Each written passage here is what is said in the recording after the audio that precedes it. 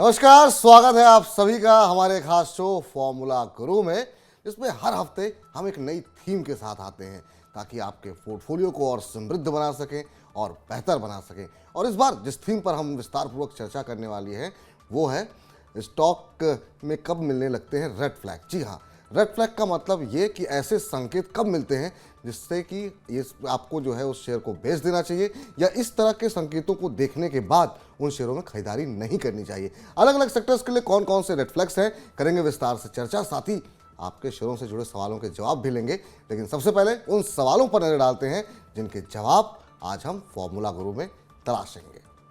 तो एक एक करके तमाम सवालों के जवाब तलाशेंगे। सबसे पहले जानेंगे ये कि आखिर में स्टॉक्स में रेड फ्लैग्स होते क्या हैं, कौन से ऐसे संकेत होते हैं जब आपको शेयर को बेच देना चाहिए, जब आपको शेयर से दूरी बना लेनी चाहिए। इसके अलावा अलग अलग सेक्टर्स पर भी हम विस्तार पूर्वक चर्चा करेंगे और हमने बाकायदा 3-4 सेक्टर्स की लिस्ट बनाई है। सबसे पहले आपको ये बताएंगे कि फाइनेंशियल रेड फ्लैग्स क्या होते हैं। अलग अलग तरह के रेड फ्लैग्स होते हैं, खासतौर से वित्तीय रेड फ्लैग्स कौन से होते हैं, वैल्यूएशन को लेकर के क्या जो है खतरा जब बढ़ जाता है। इसके अलावा डेट इक्विटी रेशियो समेत वो तमाम फैक्टर्स पर विस्तार पूर्वक चर्चा करेंगे आज के फॉर्मूला गुरु से। और जिस तरह के रिटर्न हमने बैंकिंग सेक्टर में देखने को मिल रहे हैं, क्या वो आगे कायम रहेंगे? आखिर में बैंकिंग सेक्टर के लिए रेड फ्लैग क्या होते हैं, वहाँ पर ऐसे कौन से संकेत होते हैं जब आपको उन संकेतों को देखने के बाद उस सेक्टर से या उस शेयर से, खासतौर से उस शेयर से दूरी बना लेनी चाहिए। स्टार्टअप कंपनियों में अच्छी खासी गिरावट देखने को मिली है, बहुत लोग आईपीओ में भी पैसे लगा करके फंसे हुए हैं। वहाँ पर कौन से ऐसे संकेत थे जो आपने मिस किए और आने वाले आईपीओस में आपको इन बातों का ध्यान रखना चाहिए, ये भी समझेंगे। क्या होते हैं स्टार्टअप्स के रेड फ्लैग्स। आईटी सेक्टर में अभी बड़ी चुनौतियां हैं, यहाँ पर बड़े रेड फ्लैग क्या दिखाई दे रहे हैं, क्या वो चुनौतियां पूरी हो चुकी हैं, आगे आने वाला समय आईटी सेक्टर्स के लिए कैसा रहेगा, इस पर भी करेंगे विस्तार से चर्चा। आईटी के अलावा हम मेटल सेक्टर पर भी आज बातचीत करेंगे और समझेंगे कि मेटल सेक्टर के लिए बड़ी चुनौतियां इस समय क्या दिखाई दे रही हैं और वो चुनौतियां अभी बाकी हैं या फिर पूरी हो गई हैं। और सबसे महत्वपूर्ण सवाल, इकोनॉमिक रेड फ्लैग्स क्या होते हैं। जी हाँ, और क्या अभी जो संकेत हमें अर्थव्यवस्थाओं से मिल रहे हैं, क्या वो भारतीय शेयर बाजार में गिरावट की संकेत दे रहे हैं, इस पर भी करेंगे विस्तार पूर्वक चर्चा हमारे आज के खास मेहमान के साथ। लेकिन इस चर्चा को आगे बढ़ाएं उससे पहले आपको रूबरू कराते हैं हमारे आज के फॉर्मूला गुरु से। जी हाँ, आज के हमारे फॉर्मूला गुरु हैं फिनेंथिक वेल्थ सर्विसेज के डायरेक्टर और सीईओ विवेक नेगी जी। विवेक जी, बहुत बहुत स्वागत है आपका हमारे इस खास कार्यक्रम फॉर्मूला गुरु में। इसमें हर रोज़ जो है हम एक नई थीम पकड़ के लाते हैं और उस पर विस्तार पूर्वक आप जैसे एक्सपर्ट के साथ, आप जैसे गुरु के साथ हम चर्चा करते हैं। और आज के हमारे सवाल आपको कैसे लगे, पहले तो ये जानना चाहेंगे क्योंकि उत्तर आपको ही देने हैं और विस्तार पूर्वक जानेंगे आपसे एक एक सवाल के उत्तर। और पहला सवाल, लेकिन उससे पहले हम एक एक सवाल आपसे के उत्तर जाने, अभी बाजार की स्थिति कैसे देख रहे हैं आप? हम देख रहे हैं जिस तरीके का कंसोलिडेशन बाजार में अब देखने को मिला, और इस हफ्ते खासतौर से कोविड को लेकर के एक जो बड़ा संकट देखने को मिला, और उसके बाद से बाजार में पिछले 2-3-4 कारोबारी सत्र के अंदर 3-3.5%, 4% की गिरावट देखने को मिली। और इस हफ्ते अगर हम देखें तो करीब 2.5-3% सेंसेक्स निफ्टी में गिरावट देखने को मिली है। आगे की दिशा अभी गिरावट की रहेगी, बाजार दायरे में रहेगा, या ये गिरावट आपको खरीदारी का मौका लग रही है? कैसे देख रहे हैं अगले एक महीने में बाजार? Vipul, thank you very much for having me. और आप जो टॉपिक्स लेकर आते हैं बहुत ही इनोवेटिव टॉपिक्स हैं और इससे डेफिनेटली रिटेल इन्वेस्टर्स का काफी भला होगा। और मुझे लगता है कि जिन टॉपिक्स को कोई भी टच नहीं करता है उनको आप टच करने की कोशिश करते हैं। शुक्रिया तो सर, आई वुड हौसला लाइक टू अफजाई की। कॉन्ग्रेचुलेट यू ऑन दैट कि आप बहुत मेहनत कर रहे हैं इन सब चीजों के ऊपर, and thank you very much for that. दूसरी चीज, अगर मार्केट की बात करें, देखिए मार्केट इस समय बहुत ही वेल प्लेस्ड है। अगर मैं कहूँ तो हम लोग ऐसे समय पर खड़े हैं जहां पर हम रनवे पर खड़े हैं और फ्लाइट लेने के लिए तैयार हैं। क्योंकि अगर सारा डेटा आप देखें, जो आप रेड फ्लैग्स की बात कर रहे थे, इकोनॉमिक इंडिकेशंस की बात कर रहे थे, तो आई थिंक इंडिया में जो इस समय इकोनॉमिक डेटा है वो वर्ल्ड में बेस्ट है। चाहे आप इन्फ्लेशन के नंबर लीजिए, चाहे आप इंटरेस्ट रेट की सिचुएशन ले लीजिए, आईआईपी के नंबर्स ले लीजिए, ओवरऑल सिचुएशन बहुत अच्छी नजर आ रही है। एक छोटा सा कंसर्न जो लास्ट वीक हमारे सामने निकल कर आया है वो है कोविड की सिचुएशन, जो कि चाइना में आउट ऑफ कंट्रोल हो गई है।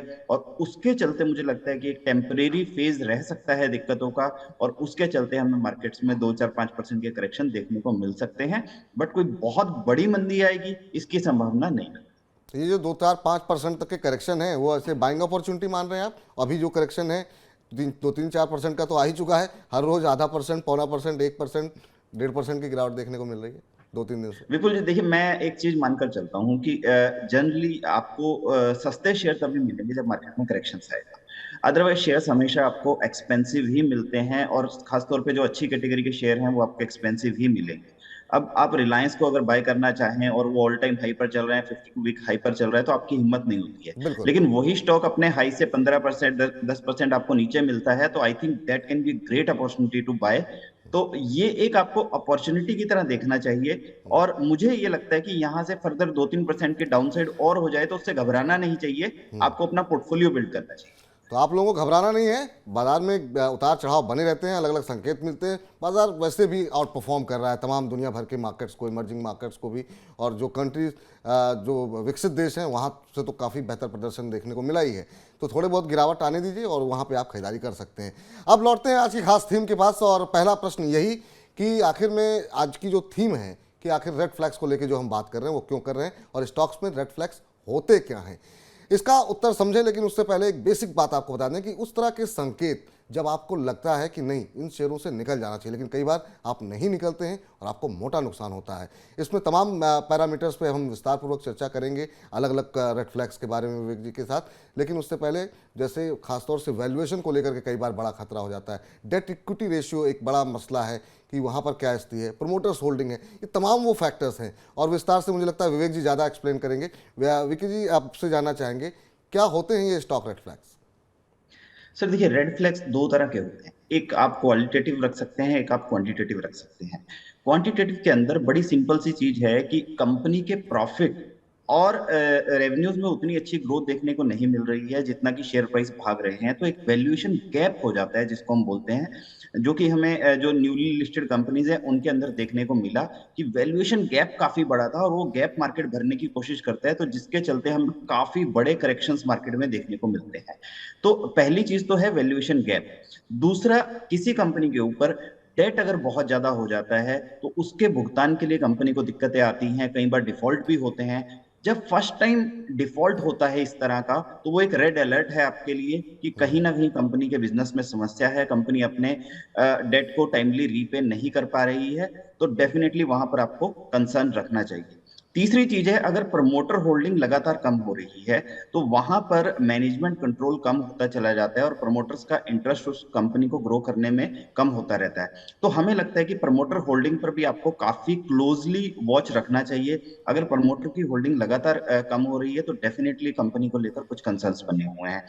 दूसरा जो फैक्टर्स होते हैं जिनको हम क्वालिटेटिव फैक्टर्स बोलते हैं, उसमें आपके mainly compliance issues, licensing policies, या गवर्नमेंट से कोई किसी तरह का आपका डिस्प्यूट चल रहा है, जैसा कि हमने वोडाफोन आइडिया के अंदर देखा कि काफी लंबा डिस्प्यूट गवर्नमेंट और टैक्स अथॉरिटीज के साथ में उनका चल रहा है, जिसके चलते शेयर में हमने काफी बड़ी गिरावट देखी है। दूसरा, कॉम्प्लायंस को लेकर अगर कोई इशू है तो कॉम्प्लायंस बहुत बड़ा इशू होता है, इसके चलते हमने पास्ट में भी काफी इस तरह के स्कैम्स भी देखे हैं, इस तरह की घटनाएं देखी हैं जहां पर स्टॉक्स के अंदर 70, 80, 90% तक के करेक्शन हमें देखने को मिले जी। हैं। इसका एक बहुत बड़ा एग्जांपल DHFL आप ले सकते हैं, इंडिया बुल्स हाउसिंग फाइनेंस को आप ले सकते हैं, जहां पर कॉम्प्लायंस रिलेटेड दिक्कतें थी और स्टॉक्स में हमें बड़े करेक्शंस दिखे। तो ये छोटी छोटी चीज़ें हैं, जैसे वोडाफोन आइडिया का एग्जांपल आपको दिया गया, और भी कई कंपनियों का एग्जांपल विकी निकी की तरफ से दिया गया, जो आपको ये संकेत जैसे मिले तो ये आपके लिए अलर्ट होने की आवश्यकता है कि एक तो पहले ये कि अगर आपके पास शेयर नहीं है तो आपको ये खरीदने भी नहीं है, और अगर आपके पास हैं तो समय रहते निकल जाइए, वरना फिर चाहे यस बैंक हो, वोडा आइडिया हो, बहुत सारे ऐसे शेयर्स हैं जहाँ पर बहुत लोग बुरी तरीके से फंसे हुए हैं जिन्होंने ऊपरी स्तरों पर खरीदारी की है।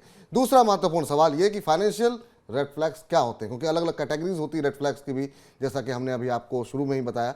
फाइनेंशियल रेड फ्लैग्स पे विस्तार पूर्वक चर्चा करें उससे पहले एक हिस्से पर जो है कुछ ग्राफिक्स के जरिए समझते हैं कि वैल्यूएशन पार्ट को लेकर के बहुत सारी कंपनियां ऐसी होती हैं जिनकी वैल्यूएशन बहुत ज़्यादा हाई आती है, कंपनी के फंडामेंटल्स अच्छे होते हैं, तमाम चीज़ें अच्छी होती हैं, अब लेकिन ये अपने पीयर ग्रुप के मुकाबले इनके जो वैल्यूएशन हो काफ़ी हाई है। अब ये हम देख रहे हैं हाई पी वाले स्टॉक्स, या बहुत सारी कंपनियां इसमें ऐसी हैं जिनकी फंडामेंटल्स को लेकर के शायद सवाल ना उठे, लेकिन शेयर में ऑलरेडी काफ़ी ज़्यादा तेजी आ चुकी है और उसके वैल्यूएशन को लेकर के अब कुछ एक कंसर्न दिखाई दे रहे हैं। उसमें पिडलाइट है, करीब 99 का पी चल रहा है। आईटीआई में हम देख रहे हैं 150 के ऊपर जा चुका है पी। इंडियन होटल्स में 100 के आसपास पी चल रहा है। अदानी विलवार करीब 96-97 की पी पर है। डिक्सॉन टेक्नोलॉजी है, 3i इन्फोटेक है। ये वो शेयर में आप देखिए 90, 95, 100, 150% के 150 के आसपास पी चल रहा है। तो यहाँ पर यह है कि अब बहुत ज़्यादा तेजी जो है हो सकता है ना देखने को मिले। बाकी और कौन कौन से फैक्टर होते हैं वो जरा हम समझते हैं वीके नेगी जी से। देखिए, सबसे पहले सर आपने जो पीई की बात की, हमारा एक वैल्यूएशन क्राइटेरिया होता है जो ये बताता है कि कंपनी एक्सपेंसिव है या नहीं है। अगर 100 का पी किसी कंपनी का चल रहा है तो वो भी सस्ती हो सकती है अगर उसका ग्रोथ रेट पी के हाफ से ज्यादा है। मतलब अगर 100 का पी है और 50% के हिसाब से कंपनी कंसिस्टेंटली ग्रो करने का दम रखती है तो उस वैल्यूएशन पर भी वो कंपनी आप पिक कर सकते हैं। तो अगर वैल्यूएशन गैप नहीं है तो डेफिनेटली आप पिक कर सकते हैं ऐसी कंपनीज को। लेकिन अगर ग्रोथ आपको नहीं दिखाई दे रहा है और उसके बावजूद उस कंपनी का पी काफी हाई बना हुआ है तो वहां हमें डीप करेक्शंस देखने को मिलते हैं। पहली चीज तो ये है। दूसरी चीज, अगर प्रमोटर और इंस्टीट्यूशंस की होल्डिंग जी। लगातार कम होती जा रही है, जो कि एक बहुत बड़ा फैक्टर होता है कि अगर बड़े स्मार्ट मनी मूव आउट हो रही है किसी स्टॉक में से तो डेफिनेटली वहां पर कंसर्न्स हैं। और ये हमें काफी बार देखने को मिला है कि एफआईआई डीआईज अपना स्टेक कम करती हैं तो स्टॉक्स में उसके बाद लगातार काफी दिक्कतें देखने को मिलती हैं। तो एफआईआई डीआईज होल्डिंग और प्रमोटर होल्डिंग, इस पर आपको ध्यान बनाए रखना है। तीसरी चीज जो हमने बात की थी डेट इक्विटी रेशो की, डेट इक्विटी रेशो बहुत इंपॉर्टेंट होता है। यदि कंपनी का डेट काफी हाई हो जाता है, कंपनी को इंटरेस्ट पे करने में दिक्कत आ रही है और कंपनी कहीं ना कहीं ईएमआई डिफॉल्ट की सिचुएशन में आ गई है तो एक बहुत बड़ा रेड फ्लैग है जहां से हमें लगता है कि कंपनी पर आपको इमीडिएटली एग्जिट करना चाहिए। इसके अलावा भी कुछ फैक्टर्स होते हैं जो आप नजर बनाए रख सकते हैं जिनमें आपका मार्जिन्स पर अगर लगातार प्रेशर देखने को मिल रहा है, जी। क्वार्टर ऑन क्वार्टर मार्जिन्स लगातार कम होते जा रहे हैं तो वहां पर डेफिनेटली कंपनी में कुछ ना कुछ दिक्कतें चल रही हैं। तो बहुत सारे इस तरह के फैक्टर्स हैं, मैं आपको फैक्टर्स। गिनाने लगूंगा तो 100 से ज्यादा फैक्टर आपके सामने आ जाएंगे। हम्म। बट रेड फ्लैग्स होते हैं जो आपको अलर्ट कर देते हैं और उन पर आपको ध्यान रखना चाहिए। बहुत सारे रेड फ्लैग्स होते हैं फाइनेंशियल रेड फ्लैग्स में, लेकिन जो मोटी मोटी बातें हैं उस पर खास तौर से ध्यान रखिए। यहाँ चूक नहीं होनी चाहिए। बहुत ज़्यादा कर्ज कंपनी के ऊपर बढ़ रहा है। प्रमोटर्स या विदेशी निवेशक, संस्थागत निवेशक लगातार अपनी हिस्सेदारी घटा रहे हैं। इन तमाम चीज़ों पे अगर आपको लग रहा है कि नहीं ये तो बहुत तेज़ी से घट रही है तो ये आपके लिए रेड अलर्ट है एक तरीके से कि नहीं यहाँ से अब दूरी जो है बना लेनी चाहिए। अब जरा कुछ सेक्टर वाइज बात कर लेते हैं। 2-3 सेक्टर हमने आइडेंटिफाई किए हैं जिस पर हम एक एक करके बात करेंगे क्योंकि हमने समझ लिया कि आखिर में स्टॉक रेड फ्लैग्स होते क्या हैं। अब सेक्टर की बात करते हैं। सबसे बेहतर रिटर्न हमने देखा कि जो देखने को मिला है हाल फिलहाल में वो बैंकिंग सेक्टर चला है और जिस तरीके का रन यहाँ पर देखने को मिला है वो काफ़ी अद्भुत एक रैली देखने को मिली। खासतौर से 2 महीने के अंदर बहुत सारे शेयरों ने 100-150% तक के रिटर्न दिए। ये देखिए आप किस तरीके की, हालांकि अब पिछले दिसंबर महीने में हमने देखा है थोड़ी सी ऊपरी स्तरों से मुनाफा वसूली देखने को मिली है, लेकिन उसके बावजूद जो है काफ़ी अच्छी खासी तेज़ी जो है देखने को मिली। करीब 50% के आसपास की तेज़ी यहाँ पर देखने को मिली है। लेकिन हाँ, ये 2 महीने की बात करें, पूरे साल भर में हमने देखा करीब 19% के आसपास का रिटर्न अकेले बैंक इंडेक्स ने दिया है और मिड कैप इंडेक्स ने तो और भी ज़्यादा बेहतर परफॉर्म किया। यहाँ पर कौन से बड़े कंसर्न होते हैं सर, आपसे जानना चाहेंगे। और साथ ही साथ आपके पसंदीदा अभी भी कौन से बैंकिंग शेयर हैं और अभी क्या कुछ ऐसे संकेत मिल रहे हैं आपको, क्या लग रहा है कि बैंकिंग सेक्टर को लेकर के कुछ एक रेड फ्लैग आ रहे हैं क्या, और किन संकेतों को ध्यान में हमारे दर्शकों को रखना चाहिए जब अगर वो बैंकिंग शेयरों में निवेश करते हैं तो? सर देखिए, 2 मेजर फैक्टर होते हैं जो बैंकिंग इंडस्ट्री के अंदर आपको देखने चाहिए। इसके बारे में पहले मैंने आपका काफी बार डिस्कस किया है। एक होता है एनपीएस। एनपीएस में आपके ग्रोस एनपीएस होते हैं और नेट एनपीएस होते हैं। उस फिगर को काफी क्लोजली आपको वॉच करना पड़ता है। अगर वहां पर लगातार आपको इजाफा देखने को मिल रहा है तो डेफिनेटली बैंक्स की बैलेंस शीट पर काफी बड़ा डेंट देखने को मिलता है। तो एनपीएस को लेकर अगर किसी तरह के कंसर्न है, बिकॉज कोविड के समय में भी यही चिंता थी बैंकिंग सेक्टर की कि कहीं एनपीएस अगर बढ़ गए तो बैंकिंग सेक्टर के लिए काफी दिक्कत हो सकती है। दूसरा जो है वो है एनआईएम्स। एनआईएम्स होते हैं नेट इंटरेस्ट मार्जिन। देखिए, इंटरेस्ट रेट अगर लोअर चल रहे हैं लगातार तो लोन भी सस्ते बेचने पड़ते हैं और वहां पर कहीं ना कहीं बैंक्स के ऊपर प्रेशर आ जाता है मार्जिन पर।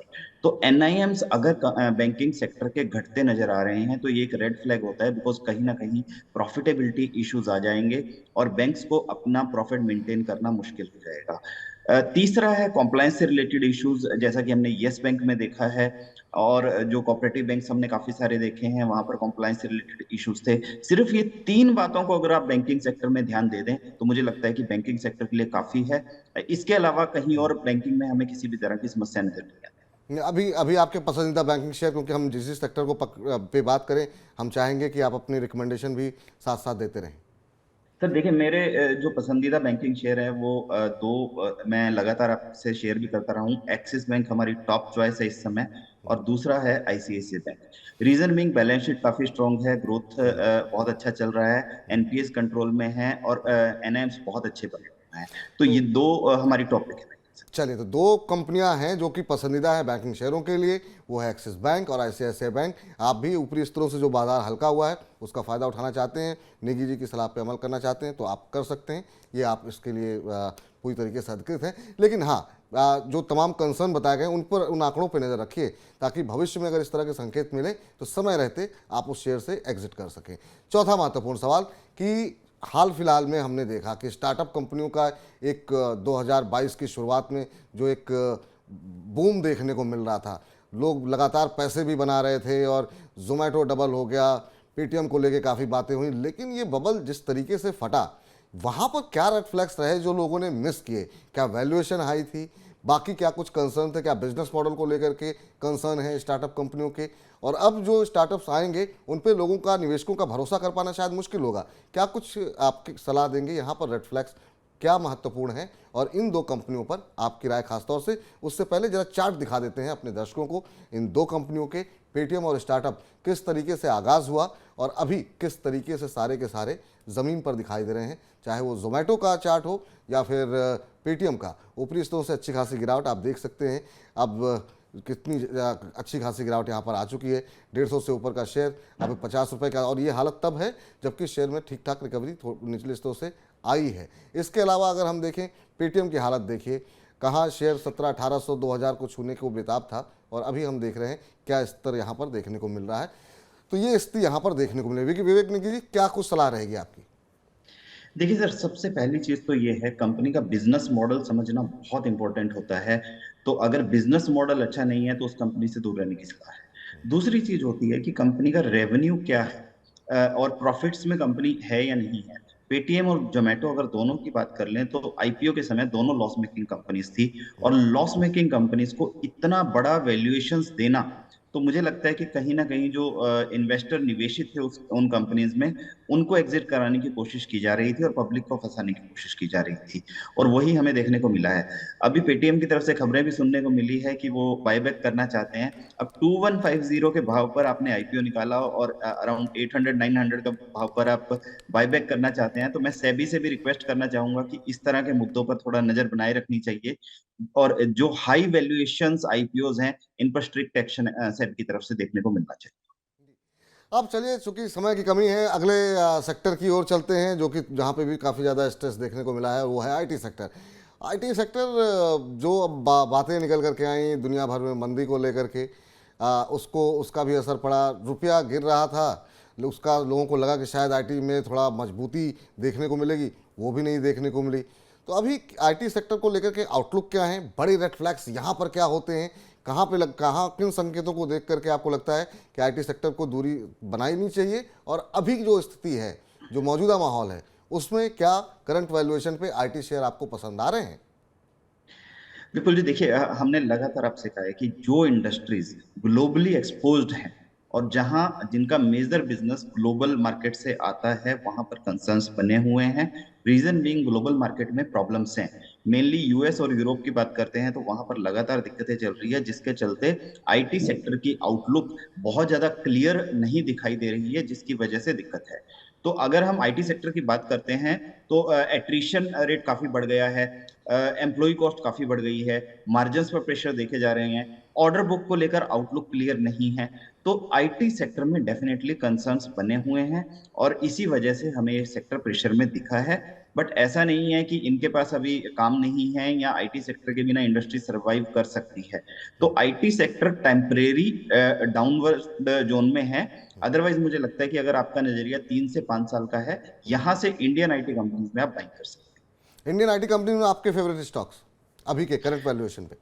सर करंट वैल्यूएशन पर दो स्टॉक्स हैं जो हमें बहुत पसंद है। इन्फोसिस मार्केट लीडर है, ऑर्डर बुक बहुत स्ट्रांग है, काफी अच्छा काम कर रहे हैं, वैल्यूएशन गैप काफी बन गया टीसीएस और इन्फोसिस के बीच में। दूसरी है टेक महिंद्रा। टेक महिंद्रा का मेजर रीजन ये है, महिंद्रा ग्रुप की कंपनी है, मैनेजमेंट बहुत स्ट्रांग है, और जिस तरह का बिजनेस ग्रोथ पिछले कुछ सालों में देखने को मिला है, कंपनी को वैल्यूएशन के हिसाब से अभी भी सस्ती नजर आती है। तो ये दो जी। कंपनी से हमारी तरफ से। तो यहाँ पर आप खरीदारी कर सकते हैं अभी, अगर आपको लग रहा है कि काफ़ी पिटाई हो चुकी है, अब रिकवरी आनी आनी हो सकती है, यहाँ पे देखने को मिल सकती है। ये दो आईटी कंपनियाँ विवेक नेगी जी की पसंदीदा कंपनियाँ हैं। अब आते हैं जरा मेटल को लेकर के। मेटल में भी मुझे लगता है कि आईटी जैसा ही माहौल देखने को मिला है, खासतौर से इसलिए क्योंकि डिमांड यहाँ पर हम देख रहे हैं कि उस तरह से नहीं आ रही है, दबाव में है। खासतौर से जो भी निवेशक जिन्होंने पैसे लगाए थे वहाँ पर अभी उस तरह की डिमांड देखने को नहीं मिल रही। कैसे देख रहे हैं, रेड फ्लैग्स क्या हैं और आपकी पसंदीदा कंपनियाँ? सर देखिए, दो मेजर चीजें इसमें आप देखकर चल सकते हैं। एक तो global metal prices. Global metal prices में जैसे जैसे नरमी देखने को मिलती है, मेटल सेक्टर प्रेशर में आ जाता है। दूसरा, जहां से इनकी सबसे बड़ी डिमांड आती है, स्पेशली मैन्युफैक्चरिंग सेक्टर। तो मैन्युफैक्चरिंग को लेकर किसी तरह का धीमापन अगर नजर आएगा तो मेटल सेक्टर के ऊपर प्रेशर आएगा। तो ये दो अगर आप ध्यान में रखते हैं, ये दो रेड फ्लैग्स हो सकते हैं। जैसे कि ऑटो इंडस्ट्री में अगर स्लो डाउन नजर आ रहा है तो definitely it will impact metals industry also. Infrastructure में आपको स्लो डाउन नजर आता है, it will impact metal sector also. तो ओवरऑल मुझे लगता है कि मेटल सेक्टर काफी करेक्शन हो चुका है। स्टॉक्स काफी सस्ते वैल्यूएशंस पर मिल रहे हैं। और मैं तो ये कहूंगा कि अगर थोड़ा सा भी आउटलुक यहाँ से बेटर होता है तो मेटल सेक्टर यहाँ से मल्टी बैगर साबित हो सकते हैं। ये एक ऐसा सेक्टर है जिसमें आप वैल्यू बाइंग कर सकते हैं, और यहाँ से जब ये चलना शुरू होगा तो हमें ये लगता है कि अगले 3 से 5 साल में मल्टी बैगर रिटर्न्स भी दे सकता है। तो दिग्गजों के साथ ही रहें, टाटा स्टील, हिंडाल्को आपके पसंदीदा शेयर या फिर कुछ और हैं? सर देखिए, टाटा स्टील और एनएमडीसी, ये दो टाटा स्टॉक्स चलो। हमें बहुत अच्छे लगते हैं। वैल्यूएशन बहुत अच्छा है और कंपनीज के बिजनेसेस काफी अच्छा कर रहे हैं। टाटा स्टील और एनएमडीसी ये जो है दो महत्वपूर्ण शेयर हैं। अब इस सेगमेंट को समाप्त करें उससे पहले एक छोटा सा सवाल आपसे जानना चाहेंगे, और इकोनॉमिक रेड फ्लैग्स क्या होते हैं? और वो सवाल इसलिए महत्वपूर्ण है क्योंकि हमने देखा कि जिस तरह के संकेत अमेरिका से मिल रहे थे और कि लगातार स्लो डाउन की बात हुई, फिर मंदी की बात होने लगी रूस यूक्रेन युद्ध की वजह से। चार्ट देखिए जरा डाउ जोन्स का, वो हम देख रहे हैं करीब साल भर के अंदर 10% का नेगेटिव रिटर्न देखने को मिला है। तो एक तरीके से रेड फ्लैग्स तो वहाँ पर, चाहे वो सेल्स नंबर हो, जीडीपी नंबर हो, आईपी नंबर हो, उससे देखने को मिल रहे थे। भारत में क्या आपको लग रहा है ऐसी स्थिति होगी? आपसे संक्षेप में उत्तर चाहेंगे इसका। सर देखिए, मैंने प्रोग्राम के शुरू में ही कहा है कि हम बहुत अच्छी सिचुएशन में हैं, और अगर हमारी इंडियन इकोनॉमी का डेटा आप देखते हैं तो हर स्तर पर हम काफी अच्छा कर रहे हैं। यूएस में जो डेटा आ रहा है इस समय वो मिक्स्ड आ रहा है। कुछ जगह पर हमें रिकवरी देखने को मिल रही है और कुछ जगह पर कंसर्न्स अभी भी बने हुए हैं, और यूरोप का ओवरऑल डेटा नेगेटिव है। तो अगर आप देखते हैं तो India is best placed among emerging markets in the world. जी, चलिए अब सवाल जवाब का सिलसिला शुरू करते हैं और अगले सेगमेंट का रुख करते हैं। उम्मीद करते हैं कि आपको हमारी ये थीम पसंद आई होगी, और जो चुनिंदा शेयर अलग अलग सेक्टर्स के बताए गए हैं उन पे आप ध्यान रखिए, और साथ ही साथ जो रेड फ्लैग्स वाले शेयर हैं उनसे पूरी तरीके से दूर रहिए, क्योंकि ये आपको बड़ा नुकसान दे सकते हैं। लेकिन सवाल जवाब का सिलसिला शुरू करें उससे पहले बता दें, तरीका बहुत आसान है हमारे साथ जुड़ने का। आपको करना सिर्फ इतना है कि FG फॉर्मूला गुरु लिखिए, अपना सवाल लिखिए, नाम और शहर का नाम लिखिए और हमें भेज दीजिए 9311182187 पर। तो 9311182187 पर हमें अपना सवाल आप भेजिए। सवाल थोड़ा विस्तार पूर्वक लिखिए, और अगर आप मेल करना चाहें तो moneyninequery@tv9.com पे आप हमें भेज सकते हैं। लेकिन अगर आप मेल कर रहे हैं तो सवाल थोड़ा विस्तार से लिखें। आकाश हमारे साथ जुड़ चुके हैं, बिजनौर से हैं। आकाश जी नमस्कार। चलिए, लगता है आकाश से संपर्क टूट गया है। आकाश का प्रश्न हम तक पहुंच गया है। बलरामपुर चीनी पर इनका प्रश्न है, और इन्होंने 100 बलरामपुर चीनी के शेयर लिए हुए हैं और इनकी खरीद का भाव 385 रुपये पर है। आपसे जानना चाहेंगे सर कि क्या कुछ सजेस्ट करेंगे? बलरामपुर में हम चीनी में देख रहे हैं लगातार मिठास बनी हुई है। हालांकि शुक्रवार को जरूर यहाँ पर थोड़ी पिटाई आती हुई दिखाई दी, क्योंकि पूरा बाजार टूटा हुआ था। अभी इन स्तरों पे क्या करें? प्रॉफिट बुक करें या फिर बने रहें अभी यहाँ पर? सर देखिए, सेक्टर की आउटलुक काफी अच्छी है, स्पेशली जो इथेनॉल को लेकर गवर्नमेंट का लगातार सपोर्ट बना हुआ है, उसके चलते शुगर सेक्टर एक लाइमलाइट में रहने वाला सेक्टर है, और हमें लगता है कि आगे भी ये न्यूज फ्लो बना रहेगा। एक बहुत इंपॉर्टेंट लेवल है बलरामपुर चीनी में 355 का। अगर उसके ऊपर टिका रहता है तो हमें लगता है कि ये स्टॉक में दोबारा से तेजी देखने को मिलेगी, और ये 425 से 440 रुपए तक के लेवल दिखा सकता है आपको। 355 के नीचे अगर क्लोजिंग ये दे देता है तो वहां से फर्दर करेक्शन देखने को मिलेगा। तो हमें लगता है कि 355 का एक स्टॉप लॉस बना के इसमें बने रहेंगे। तो एक स्टॉप लॉस लगा करके 355 का आप यहाँ पर बने रहें, ये आपके लिए सलाह है। अगले दर्शक के पास चलते हैं। अगले दर्शक हमारे साथ आंचल जुड़ी हैं, लखनऊ से हैं आंचल जी। आंचल जी नमस्कार। नमस्ते सर। नमस्कार आंचल जी, क्या प्रश्न है आपका? सर मेरा सवाल है कि मैंने 200 वॉकहार्ट 385 रुपए के भाव पर लिए थे। अब अच्छा, मैं इसे 1 साल तक होल्ड कर सकती हूँ क्या, या आगे क्या करने की आप सलाह देंगे? अभी क्या करूँ मैं? अभी अभी कितना समय आपने बताया? 1 साल तक होल्ड कर सकती हैं? जी जी।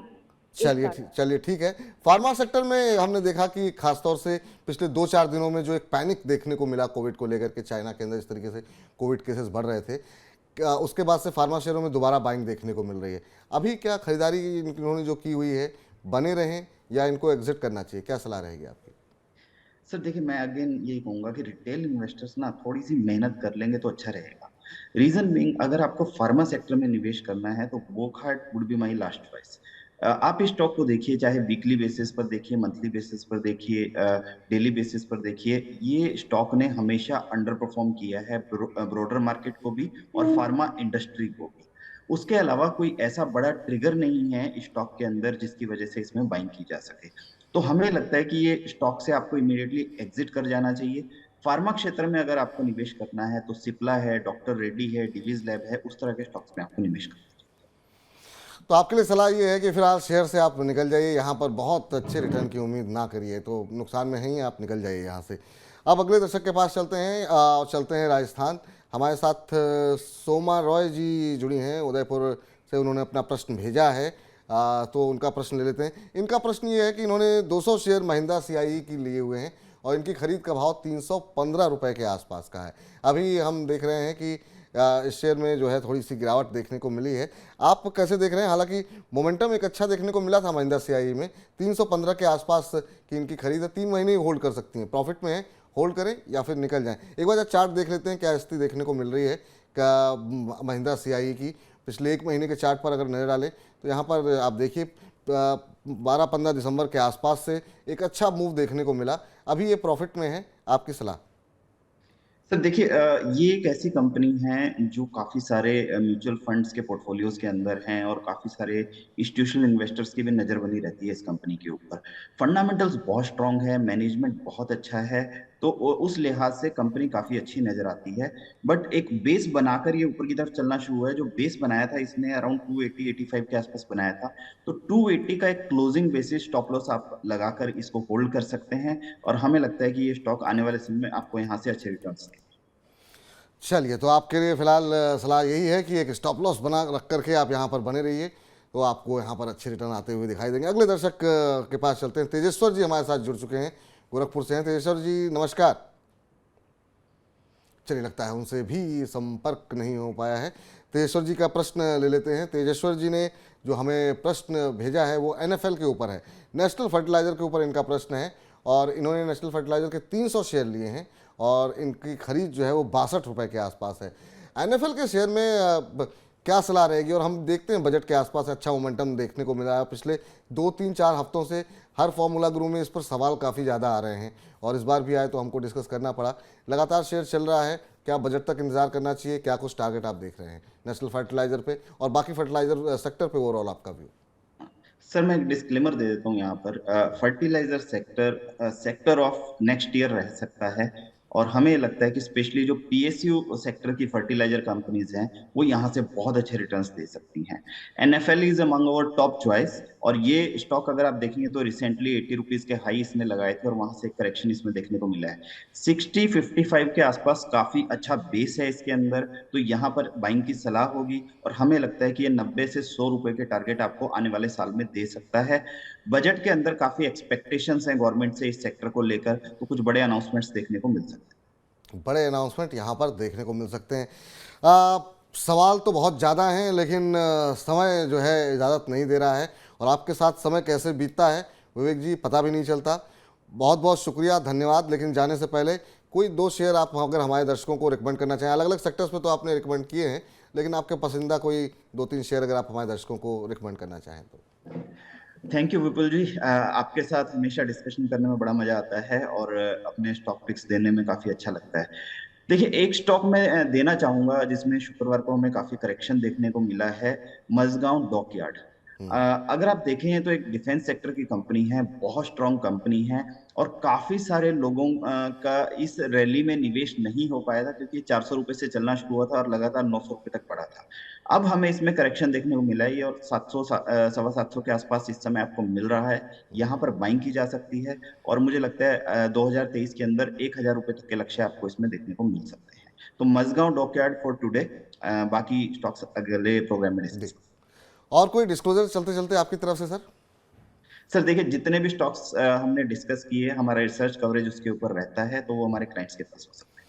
बहुत बहुत शुक्रिया, धन्यवाद, आभार आपका आज की इस चर्चा का हिस्सा बनने के लिए, हमारे दर्शकों को समझाने के लिए कि कहाँ पर वो लाल चिन्ह दिखाई दे रहे हैं, जिनसे आपके लिए सलाह यही है कि आप रुक जाइए, उस शेयर से दूर हो जाइए, या फिर उस शेयर की तरफ बढ़िए मत, खरीदिए मत, और अगर हैं तो दूर बेच करके निकल जाइए। बहुत बहुत शुक्रिया सर, धन्यवाद आज की चर्चा में जुड़ने के लिए। Thank you sir, thank you for. तो फॉर्मूला गुरु को फिलहाल अब समेटते हैं, अगले हफ्ते फिर आएंगे एक नई थीम लेकर के, ताकि आपका ज्ञानवर्धन भी हो सके और आपका पोर्टफोलियो का संवर्धन भी हो सके, लगातार आपका पोर्टफोलियो बढ़ता रहे, ये भी प्रयास हमारा रहता है। तो आज के कार्यक्रम को यहीं समेटते हैं, लेकिन अपनी जेब से जुड़ी तमाम छोटी बड़ी खबरों के लिए आप बने रहिए मनी 9 के साथ। फिलहाल के लिए नमस्कार।